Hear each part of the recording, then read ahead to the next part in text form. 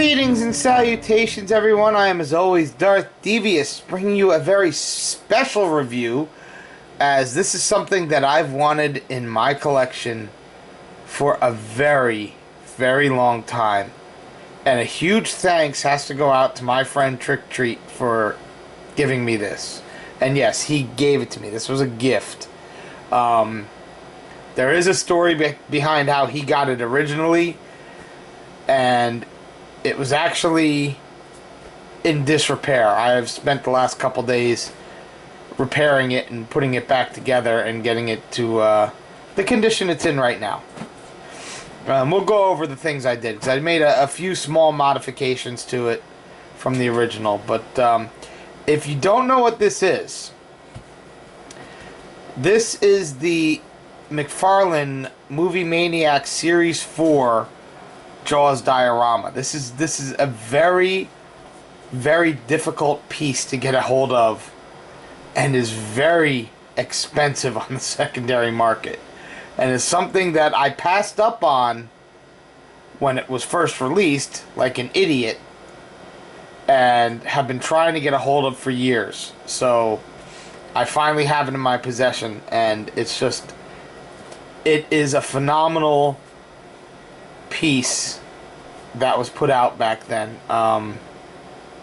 If any of you who've been following my channel, you will know my all-time favorite movie is Jaws. And here is the penultimate scene in Jaws, where the shark leaps out of the water onto the back of the orca, grabs Quint, who is in his mouth, eats Quint, and leaves. This is just before Chief Brody sticks the air tank into the shark's mouth, and eventually blows up the shark while he's at the top of the mast as the ship is sinking. Real quick, pull this out. Oh, and you see he comes in half. This is a little gruesome. This review may be a little bit more gruesome than my other reviews. As you can see, the shark has a lot of blood on his teeth. We'll zoom in on him in a minute. Bruce the shark. But we're going to zoom in here first on Quint, this little figure of Quint. He's got some fuzzies on him. But, yeah. Captain Quint of the Orca, the shark hunter. In his death pose, you could say. And if you really want to get really gruesome with him, he does split in half. And he has guts hanging out.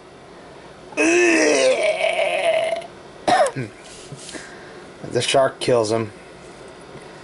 Put him back together. And he's a little figure. I mean, he's really small. I mean, here we'll show him off with Creon Starscream, and you can see Starscream is maybe a little bit shorter, but he's bulkier than Quint. It's a very small figure, because the whole point of this diorama is the boat, the orca, and the shark.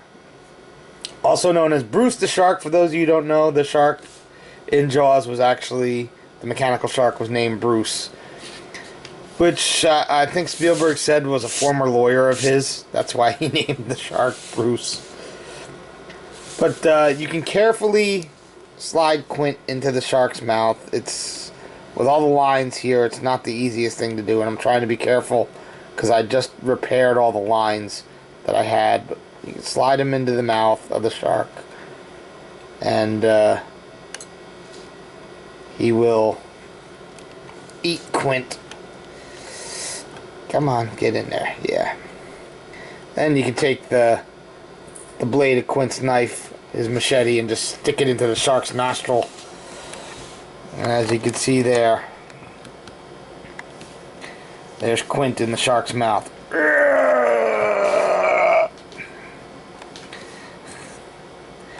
Now, this thing has some fantastic detail. A lot of it is going to be hard to show on camera, because there's details inside the cabin that are just, you know, specific to the movie. And it's just insane the amount of detail in there. And we'll spin it around a little bit here. One of the things you can see, I had to rebuild the front end of the pulpit here from scratch. And what I started off with was a piece of metal, and then that's like a hair tie that I cut and I painted to closely resemble the color that's on there. It's not quite right, but it is what it is. And I'm probably going to end up taking the camera off the tripod for once and actually going around with this. But we'll look at it in 360 here. You can see there's up there on the bridge is the shark jaws that Quint had on there. And the searchlight, it doesn't spin, but it does move up and down. And that's pretty much the only real articulation point on this other than the cabin door. You can see there the 2 barrels that were left. Orca started off with 3 barrels. The other 3 were put into the shark during the course of the film. And you can see on the side he's got some harpoons and stabbing weapons. There's a horn, life ring, the red light for port. There's the wheel.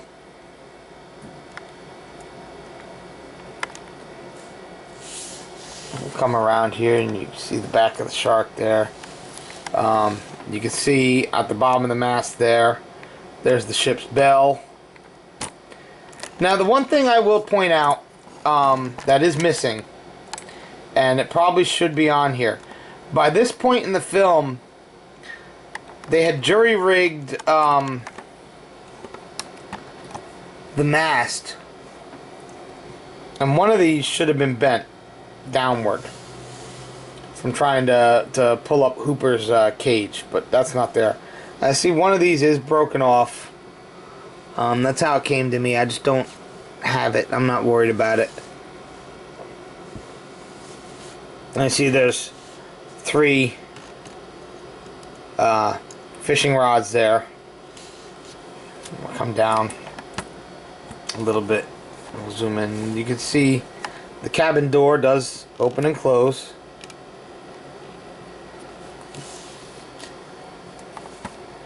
You see down here you got some blood in the water, bits of the boat, one of the barrels that was attached to the shark, some more bits of the boat around the shark. He just really demolished the back end of the boat when he jumped up on it. So let me take the camera off the tripod here. Just bear with me, this is going to get a little shaky. I'm going to like try and get some of these details for you here. A little bit of...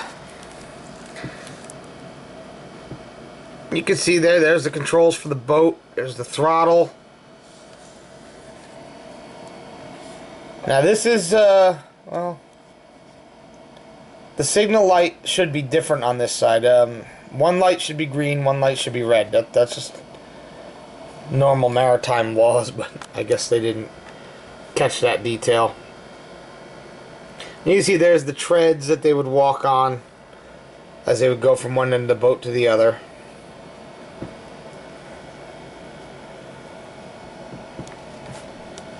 Engine hatches and stuff like that.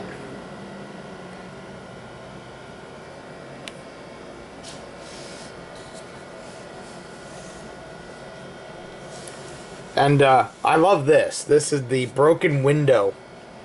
When they put the 3rd barrel on the shark, it kind of dove, and when it dove, it splashed in the barrel, kicked over, and slammed and smashed the window. So I'm glad they put that in there. I'm going to see if I can get in the cabin there. Come on, focus. Focus. It's not going to focus. You can see on there's a fire extinguisher on the table and bits of broken glass on the table. It's a nice touch. Nice touch. See there's a light over the table. The bench, the seat where they were all singing "Show Me the Way to Go Home." There is another ship's wheel in there. It's hard to see. I know a lot of this stuff's hard to see because of how small the detail is in this. But let's see if we can get in through the cabin door there. No, the shark's kind of in the way. But yeah, but you get the idea. There's a lot of detail on this. It's a very, very special and almost unique piece. Like I said, on the secondary market, this thing is really, really hard to get a hold of. You're talking, you know, upwards of $300 to get this in box. I am very honored that I had a friend who, you know, thought that I would give this a good home once I repaired it. So, again, thank you, Mr. Trick Treat. I appreciate this. This thing is awesome. And I've been wanting it for a very long time, and now I finally have it. So that's it. This is my look at the McFarlane Jaws diorama. Put Starscream on there so you could see, you know, exactly how big this thing actually is. So there you go. Starscream, whatever you do, don't look behind you. Why? Trust me. Later.